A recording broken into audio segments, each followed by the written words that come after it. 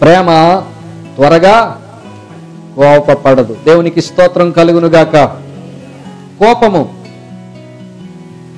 కోపం ఎంతమందిలో ఉంటుంది? అందరిలో ఉంటుంది. కోపం లేని వాళ్ళు ఎవరైనా ఉన్నారా ప్రపంచంలో? ఈ లోక సామెత ఒకటి ఉంది, తన కోపము తన శత్రువు అని. కోపం అందరికీ కూడా ఉంటుంది. కానీ దేవుని వాక్యం ఏం చెప్తుందో ఒకసారి మీరు చూడండి. ప్రేమ త్వరగా కోపపడదు. దేవునికి స్తోత్రం కలుగునుగాక. కోపపడ్డానికి కూడా నిదానిస్తుంది. కోపం ప్రేమ కలిగినటువంటి వారికి అంత తేలిగ్గా కోపము రాదు. కోపం గురించి కొంచెం నన్ను చెప్పనివ్వండి. యాకోబు పత్రిక 1వ అధ్యాయము 20వ వచనం చూడండి. ఎందుకనగా నరుని కోపము దేవుని నీతిని నెరవేర్చదు. విన్నారా? జాగ్రత్తగా మీరు ఆ మాటను అండర్లైన్ చేసుకోండి. నరుని కోపము దేవుని నీతిని నెరవేర్చదు అంటే మనుషుని యొక్క కోపం ఎలాంటిదట? దేవుని యొక్క చిత్తాన్ని, దేవుని నీతిని నెరవేర్చడానికి అంగీకరించదు. మన జీవితంలో కోపం ఉంటే మనము నీతికి నిలబడం. మన జీవితంలో కోపం ఉంటే దేవుని యొక్క నీతిని మనం నెరవేర్చలేము. దేవుని చిత్తాన్ని మనం జరిగించలేము. దేవుని చిత్తానికి, దైవిక నీతికి విరుద్ధము కోపం. ఈ కోపం గురించి మనం ఇక్కడ చూస్తూ ఉన్నాం. నరుని కోపము దేవుని నీతిని నెరవేర్చదు. మనం అండర్లైన్ చేసుకోవాలి. మన యొక్క జీవితంలో దీన్ని గుర్తు పెట్టుకోవాలి. కోపము ఎంత ప్రమాదకారి అని అంటే దేవుని వాక్యంలో మనం చూస్తున్నాం. సామెతల గ్రంథం 27వ అధ్యాయము 4వ వచనం గనక మనం చూసినట్లయితే, క్రోధమంట ఎలాంటిది? క్రూరమైనది. కోపము వరద వలె పొర్లునది. ఈ కోపం ఎలాగుంటుందంటే వరదలాగా వస్తుందంట. ఎలా వస్తుంది? వరదలు చూసారు ఎప్పుడైనా మీరు? ఈ కోపం అంట వరదలాగా వస్తుందట. కోపం ఎలా వస్తుందంట? వరద వచ్చినట్లు వచ్చేస్తుంది. ఈ కోపానికి అదుపు అనేటువంటిది ఉండదు. ఈ కోపాన్ని భక్తుడు ఎలా పోలుస్తున్నాడంటే వరదతో పోలుస్తున్నట్లుగా మనము చూస్తూ ఉన్నాం. వరద వలె వస్తుంది. ఈ కోపం గురించి మనము 30వ అధ్యాయము సామెతల గ్రంథం 30వ అధ్యాయము 33వ వచనం మనం చూసినట్లయితే, పిండితే ఏమొస్తుంది? గట్టిగా పెట్టుకుని పిండితే కోపం రేపితే గొడవ వస్తుంది. అనేకమైన గొడవలకు, కలహాలకు బలమైన కారణం ఏంటో తెలుసా? కోపమే. చాలా మంది చెప్తా ఉంటుంటారు, ఆ కాసేపు ఓర్చుకున్నట్టయితే ఇంత గొడవ జరిగుండేది కాదు అంటూ ఉంటుంటారు. అవును, ఓర్పట గొప్ప ద్రోహ కార్యాలు జరగకుండా చేస్తుంది అని దేవుని వాక్యంలో మనం చూస్తున్నాం. ఈ రోజున చాలా మంది జైళ్ళలో ఉన్నారనంటే అందులో 90% తొందరపాటు నిర్ణయాలు. కోపం చేత నేరాలు జరుగుతున్నాయి, గొప్ప ద్రోహ కార్యాలు జరుగుతున్నాయి. అందుకని అంటారు తన కోపము తన శత్రువు. ప్రసంగి గ్రంథం 7వ అధ్యాయము 9వ వచనం చూడండి. ప్రసంగి గ్రంథము 7వ అధ్యాయము. అతురపడి కోపపడొద్దు, బుద్ధిహీనుల అంతరంతరమందు కోపము సుఖ నివాసము చేయును. ఆత్రపడి కోపపడొద్దు, తొందరపడి కోపం తెచ్చుకోవద్దు. ఏమండి? బుద్ధిహీనుల అంతరంద్రియముల యందు కోపము సుఖ నివాసం చేయునంట. ఎవరి దగ్గర ఉంటుంది? సురక్షితంగా, సుఖంగా. ఈ కోపము సుఖంగా ఉంటుందంట. ఎక్కడ?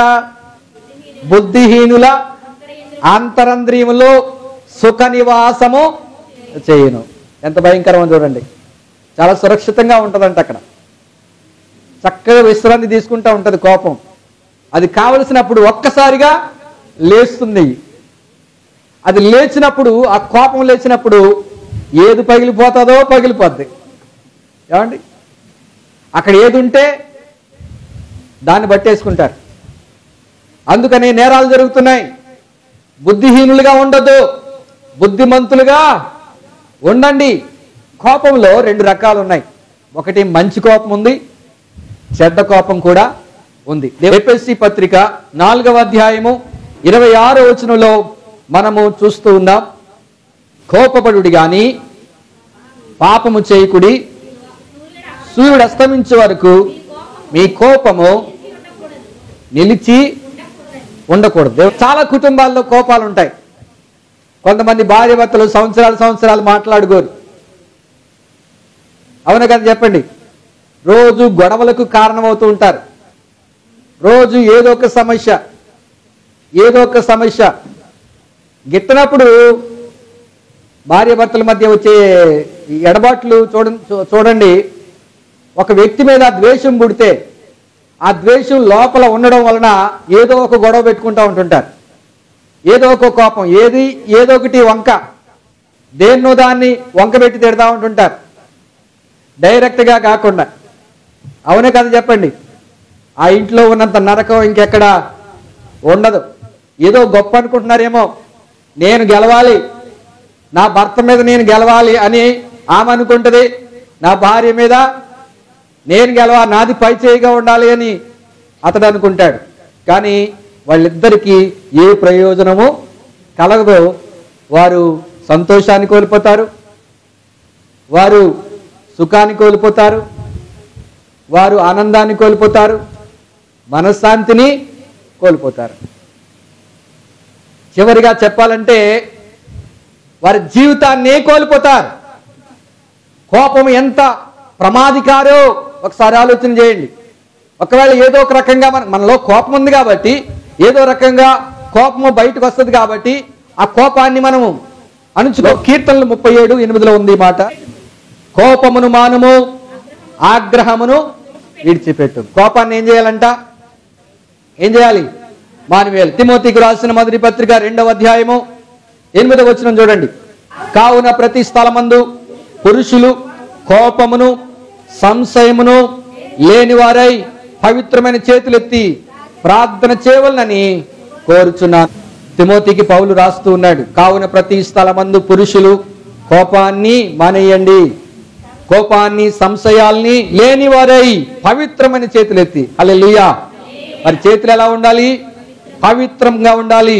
పవిత్రమైన చేతులెత్తి వారు ప్రార్థన చేయాలి. హల్లెలూయా. ఈ మధ్యకాలంలో ఈ కొన్ని క్లబ్లు వస్తున్నాయి, కోపం అణుచివేసుకునే క్లబ్లు. అమెరికా దేశంలో ఉన్నాయంట. భార్య మీద కోపం వచ్చింది అనుకోండి, ఒకవేళ ఏదైనా చేస్తే వెంటనే వ్యాన్ వచ్చి ఎత్తుకుపోద్ది వాళ్ళని.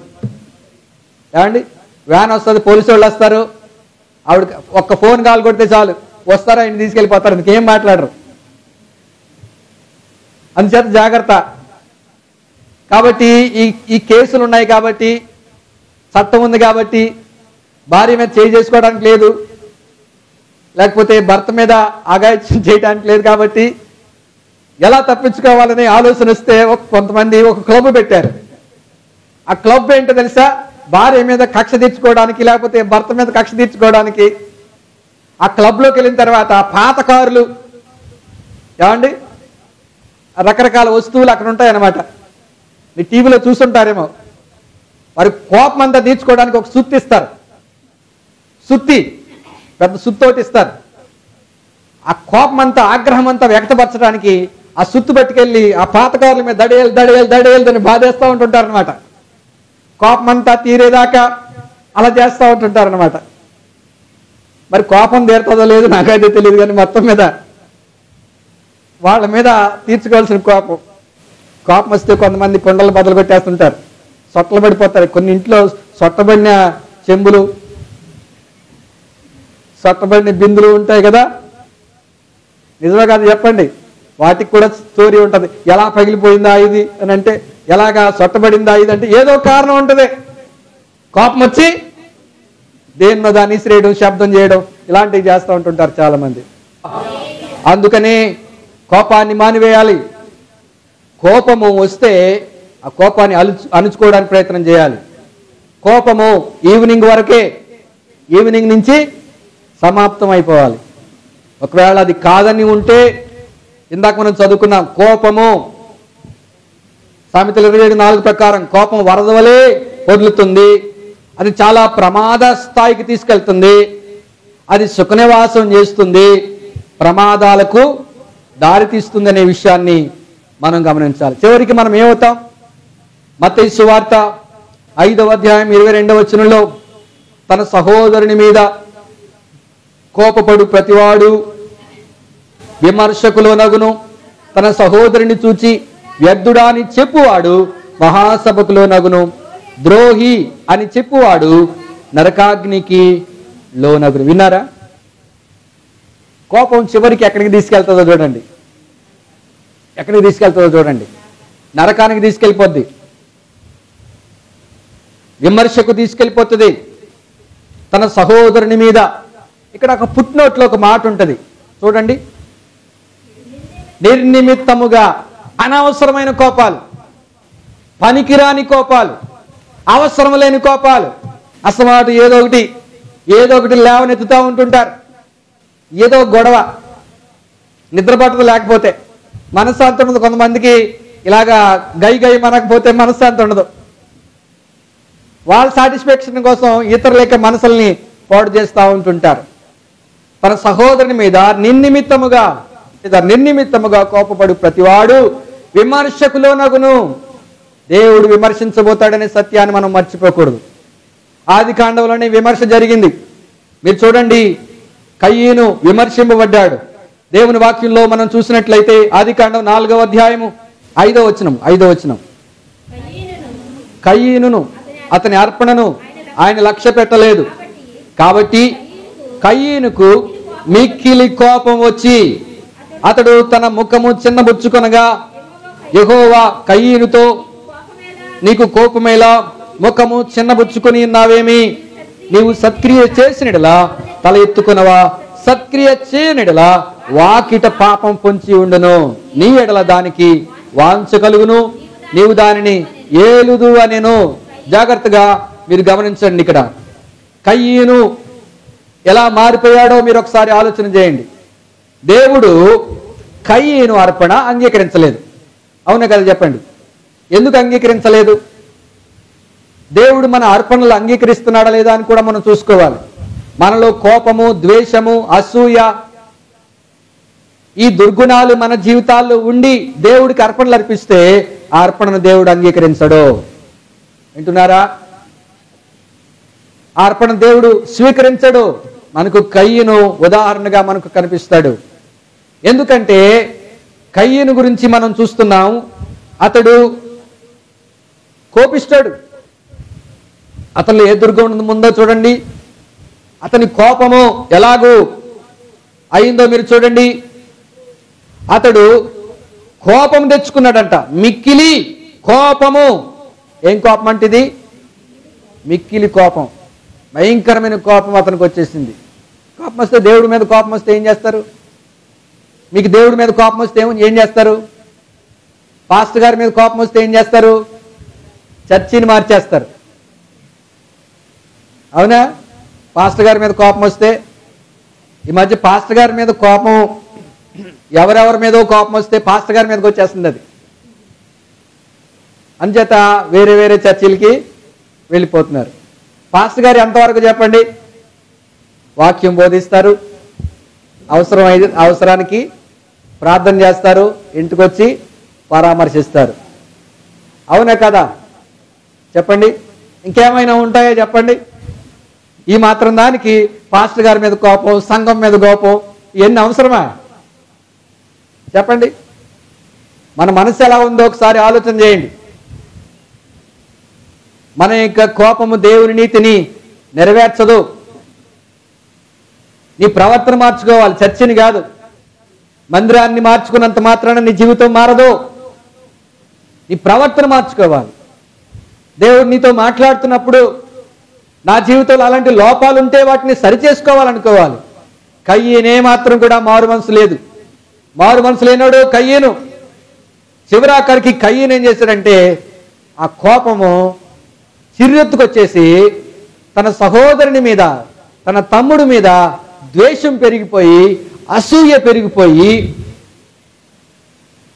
అతడు తన పాపాన్ని కప్పుకొని తన చేసిన తప్పును ఒప్పుకొనక తమ్ముడి మీద కోపంతో తమ్ముడి మీద దాడి చేసి చివరికి చంపేశాడు. అది ఎక్కడి వరకు వెళ్ళిందో మీరు ఒకసారి చూడండి. ఎక్కడి నుంచి ఎక్కడికి వెళ్ళింది? ఎక్కడి నుంచి వెళ్ళింది? కోపము దగ్గర నుంచి వెళ్ళింది. దేవుడి సన్నిధికి వెళ్ళినప్పుడు మనల్ని అన్ని కూడా చూస్తాడు దేవుడు. ప్రసంగి గ్రంథం 5వ అధ్యాయంలో ఒకసారి చూడండి. నీవు దేవుని మందిరమునకు పోవునప్పుడు నీ ప్రవర్తన అంతటి యందు జాగ్రత్తగా చూచుకొనుము. నీ ప్రవర్తన జాగ్రత్త. దేవుని మందిరానికి వెళ్తున్నాం కదా, మంచి పని. దేవుని మందిరానికి వెళ్ళడము మంచిదే. ఎందుకు వెళ్తాం దేవుని మందిరానికి?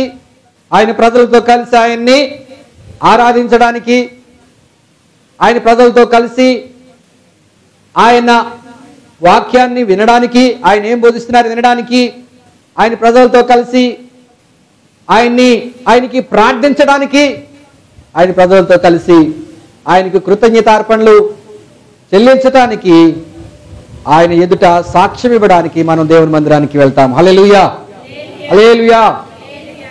దేవుని వాక్యం చెప్పబడుతున్నప్పుడు మనల్ని మనము సరి చేసుకోవాలి. అక్కడ ఏమని రాయబడిందంటే, నీ ప్రవర్తన అంతటి యందు జాగ్రత్త పడుము. దేవుని మందిరానికి వెళ్తున్నామంటే కాదు, దేవుని మందిరానికి వెళ్ళినప్పుడు మన ప్రవర్తన జాగ్రత్త. మన జీవితాన్ని సరి చేసుకోవలసినటువంటి స్థలం ఇది. మనల్ని మనం శుభ్రం చేసుకోవలసిన స్థలం ఇది. మనం అనుదినం ఎలాగైతే స్నానం చేస్తామో, మురికి పోగొట్టుకుంటామో, అలాగే దేవుని వాక్యము చేత, దేవుని వాక్యం అనేటువంటి మంచినీళ్ళ చేత, వాక్యం అనే ఉదక స్నానం చేత మనం కడగబడాలి, శుద్ధి చేయబడాలి. దేవుని మందిరానికి అందుకే వస్తాం. మనం లోకంలో జీవిస్తున్నాం కాబట్టి, లోకంలో నడుస్తున్నాం కాబట్టి, ఏ డాగైనా, ఏ మచ్చైనా, ఏ కళంకమైనా అదంతా కూడా దేవుని వాక్యం చేత మనము శుద్ధి చేసుకోవాలి. హల్లెలూయా. కయ్యనుకు పశ్చాత్తాపం లేదు. కయ్యను దేవుని దగ్గర తప్పును ఒప్పుకోలేదు. నీ తమ్ముడేడి అని అడిగితే నేనేమైనా కాపలా వాడినా అని రివర్స్ అయ్యాడు. కొంతమంది ప్రశ్నకు తిరిగి ప్రశ్న వేస్తూ ఉంటుంటారు. అవును కదా, చెప్పండి. ప్రశ్నకు ప్రశ్న జవాబా? చెప్పండి అమ్మా. ప్రశ్నకి జవాబు చెప్పాలి. ప్రశ్నకు ప్రశ్న జవాబు కాదు, రివర్స్గా మాట్లాడుతుంటారు కొంతమంది. అది సరైన లక్షణం కాదు. ఏ ప్రశ్న అయితే చెప్పబడిందో ఆ ప్రశ్నకు సరైన రీతిలో జవాబు చెప్పాలి. సరిగా ఉత్తరం ఇచ్చుటంట యెహోవా వలన కలిగిందంట. హల్లెలూయా. సామెతలో ఉంటుంది చక్కని ప్రత్యుత్తరం యెహోవా వలన కలిగిందంట. మంచి సమాధానం ఇవ్వాలి. ఎవరు ఏ ప్రశ్న అడిగినా, ఎవరు ఏం అడిగినా సరిగా జవాబు ఇవ్వండి. వంకర సమాధానాలు కాదు, ఎదురు జవాబులు కాదు, ఎదురు ప్రశ్నలు కాదు. ఆ లక్షణం అసలు మంచిదే కాదు. నేనేమైనా కాపలా వాడినా అన్నాడు. కాపలా వాడే. తమ్ముడు గురించి బాధ్యత లేదా అన్నకి? కుటుంబంలో ప్రతి ఒక్కరి గురించి మనకు బాధ్యత ఉంది. తమ్ముడు గురించి అన్నను అడుగుతాడు దేవుడు, అన్న గురించి తమ్ముడిని అడుగుతాడు దేవుడు, తల్లిదండ్రుల గురించి పిల్లల్ని అడుగుతాడు దేవుడు, పిల్లల గురించి తల్లిదండ్రులను అడుగుతాడు దేవుడు. మనము దేవునికి జవాబు చెప్పాలి. దేవుడు అడిగినప్పుడు సమాధానం చెప్పాలి. మనం అందరము క్రీస్తు న్యాయపీఠం ఎదుట పోగు చేయబడతాం. ఎవరు కూడా విడిచిపెట్టబడం. ప్రతిదానికి జవాబు చెప్పాలి. ఒక రోజున ప్రతి మాట విమర్శ దినమున లెక్కప్పగించవలెను అని దేవుని వాక్యం రాస్తుంది. జాగ్రత్త మన మాటలు, మన ప్రవర్తన జాగ్రత్త. కోపము చివరికి, కయ్యను యొక్క కోపము ఎంత భయంకరంగా ఉందో మీరు చూడండి. కయ్యను చివరాఖరికి దేశదిమరైపోయాడు. దేవుని సన్నిధి నుండి త్రోసివేయబడ్డాడు. ఎఫెసీ పత్రిక నేను ముగిస్తాను. 4:31 చూడండి. సమస్తమైన ద్వేషము, కోపము, క్రోధము, అల్లరి, దూషణ, సకలమైన దుష్టత్వం మీరు విసర్జించండి. కోపాన్ని విసర్జించండి. 6వ అధ్యాయము 4వ వచనం కూడా చూడండి. తండ్రులారా, మీ పిల్లలకు కోపం రేపక ప్రభు యొక్క శిక్షలో బోధలో వారిని పెంచుడి. ప్రభు శిక్షలో పెంచండి, బోధలో పెంచండి. వాళ్ళు కోపం రేపకండి. పిల్లల్ని కోపిష్టోళ్ళుగా తయారు చేస్తున్నారు. ఈ మధ్యకాలంలో తల్లిదండ్రులని పిల్లలు పడుతున్నారు. పిల్లలు తల్లిదండ్రుల్ని కొడతా ఉంటుంటే వీళ్ళు నవ్వుకుంటూ ఉంటుంటారు. తల్లిదండ్రులు పెద్ద అయిన తర్వాత కూడా అదే చేస్తారు. ఈరోజు ఆస్తి మీద ఉన్నంత ప్రేమ, ఆస్తి మీద ఉన్నంత మమకారం కుటుంబం మీద, బిడ్డల మీద, తల్లిదండ్రుల మీద, ఎవరి మీద లేదు. ఆస్తే ముఖ్యం, ఆస్తే ప్రాపకం, ఎవరితో సంబంధం లేదు. అవసరమైతే చంపేస్తున్నారు. చాలా దుర్మార్గం. కాబట్టి ప్రియులరా, పిల్లలకి కోపం నేర్పకండి. కోపం కూడా నేర్పడమే. అరే అండి అలాగనరా ఇలాగనరా అని చెప్తూ ఉంటుంటారు, నేర్పుతూ ఉంటుంటారు. ఇలా తిట్టు అలా తిట్టు అని చెప్పేసి తిట్లు నేర్పుతున్నారు ఈ మధ్య చాలామంది పెద్దోళ్ళు. అలా నేర్పకండి, అది మంచిది కాదు. చివరికి అది మనకు కీడు కలిగిస్తుంది. వాళ్ళు పెద్దోళ్ళు అయిన తర్వాత మనల్ని తణుతారు, మన మీద కోపపడతారు, మన మీద ద్వేషం చూపుతారు. మీ పిల్లలకు కోపం రేపొద్దు. ప్రభు శిక్షలను బోధలను పెంచండి. అప్పుడు వాళ్ళు పెద్దవాళ్ళు అయినప్పుడు దానిలో నుంచి వారు తొలగిపోరని దేవుని వాక్యంలో మనం చూస్తున్నాం. కొలసీ పత్రిక 3వ అధ్యాయం 8వ వచనం చూడండి. ఇప్పుడైతే మీరు కోపము, ఆగ్రహము, దుష్టత్వము, దూషణ, మీ నోట బూతులు అను వీటన్నిటినీ విసర్జించుడి. హల్లెలూయా. చాలా మంది దేవుని పిల్లలుగా ఉన్న వాళ్ళు కూడా బూతులు తిడతా ఉన్నారు. బూతులు. దేవుని వాక్యంలో ఏమని రాయబడిందంటే, హృదయము నిండిన దానిని బట్టి నోరు మాట్లాడుతుందంట. నీ హృదయం చెడిపోతే నీ నోటంట బూతులే వస్తాయి. నీ హృదయం బాగుంటే, శుభ్రంగా ఉంటే శుభ్రమైన మాటలు వస్తాయి. బైబిల్ అంటుంది బూతుల్ని విసర్జించండి, దూషణ విసర్జించండి, కోపం విసర్జించండి, ఆగ్రహము విసర్జించండి, దుష్టత్వాన్ని విసర్జించండి. వీటన్నిటినీ విసర్జించండి. మీ ప్రాచీన స్వభావమును దాని క్రియలతో కూడా మీరు పరిత్యజించి జ్ఞానం కలుగు నిమిత్తము దాన్ని సృష్టించిన వాని పోలిక చొప్పున నూతన పరచబడుచున్న నవీన స్వభావము ధరించుకొని ఉన్నారు. హల్లెలూయా. నవీన స్వభావం. 21వ వచనం చూడండి. తండ్రులారా, మీ పిల్లల మనస్సు కృంగకుండునట్లు వారికి కోపం పుట్టింపకుడి. హల్లెలూయా. ఇక్కడ కూడా తల్లిదండ్రులకు చెప్తున్నాడు, మీ పిల్లలకు కోపము పుట్టించకండి. చిన్నప్పటి నుంచి ప్రేమను నేర్పండి, గౌరవించడాన్ని నేర్పండి, అభిమానించడం నేర్పండి. కానీ ఈరోజు అన్ని రివర్స్ అయిపోతున్నాయి. చాలా భయంకరం. కాబట్టి జాగ్రత్త. కోపం వలన నష్టపోతాం. మన కోపాన్ని, ఆగ్రహాన్ని విడిచిపెట్టాలి. ప్రేమ త్వరగా కోపపడదు. దయచేసి అందరి తలలో ఉంచండి, కళ్ళు మూసుకోండి.